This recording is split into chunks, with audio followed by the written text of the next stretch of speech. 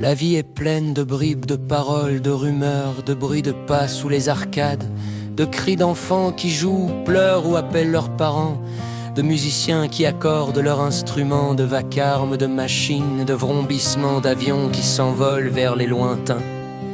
Comme on descendrait à l'épicerie d'à côté, de discours politiques ou de vente à la criée. J'ai vu il y a longtemps un regard qui écoutait, la rue est pleine de bruit. On prétend que les aveugles entendent mieux. Il y a des sons dont on s'est déshabitué, comme celui d'une carriole menée par un cheval trottant sur les pavés qui était familier à nos arrière-arrière-grands-parents. Les hôpitaux sont pleins de râles, les jardins d'enfants pleins d'aventures qui siègent dans quelques mots, et les regards en disent long. Parfois une parole s'élève qui tente dans la déconstruction de la grammaire de retrouver le fil de la parole. Je me souviens, je crois que je me souviendrai toujours du récit que j'avais lu où cette petite fille appelait son papa mort dans une guerre inutile. Comme sont toutes les guerres au milieu des discours qui encombraient l'espace, qui entourait le corps défunt. J'imagine les gradés, les politiques en tenue d'apparat, pressés de retrouver la banalité de leur journée, d'échapper à la corvée, de rendre hommage aux défunts. J'imagine la petite fille qui apporte opiniâtrement le dessin qu'elle vient de faire pour le porter aux yeux éteints de son papa. J'ai dessiné ça pour toi, papa. Réponds-moi. Je me demande si, avec tous les fragments de discours sans racines, on pourrait, en les assemblant de manière mystérieuse, à nouveau retrouver le fil de la parole et rassembler le parcours de la vie.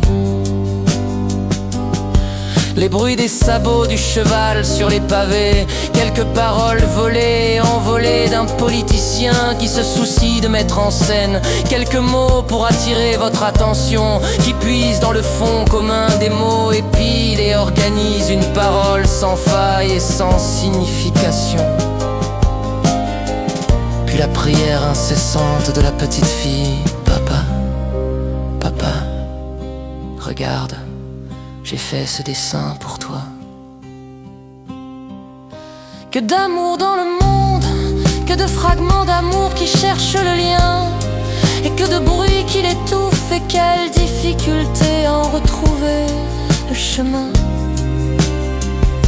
Le chemin est dans le cœur de la petite fille, dans son opiniâtreté à refuser l'irrémédiable. Toute sa vie, elle renouera le fil de ce dialogue interrompu. Quel rapport cela peut-il avoir avec nos vies? Je ne sais pas, je l'ignore. Si ce n'est dans un superbe mouvement du cœur, la tentative de refuser la fuite et de rester face au mystère, à chercher le fil, à renouer la pensée, à réunir tout ce qui ne peut pas être dit pour en faire un présent pour celui ou celle qui, empêtré dans les bruits de la ville ou dans les silences sans promesse, ne sait plus ce qu'il ou elle attend. Donc nos vies doivent être espoir, malgré tout, de tous les avatars que nous traversons durant notre passage. Que restera-t-il sinon cette parole mille fois enroulée, déroulée, quelques gestes qui nourriront les légendes?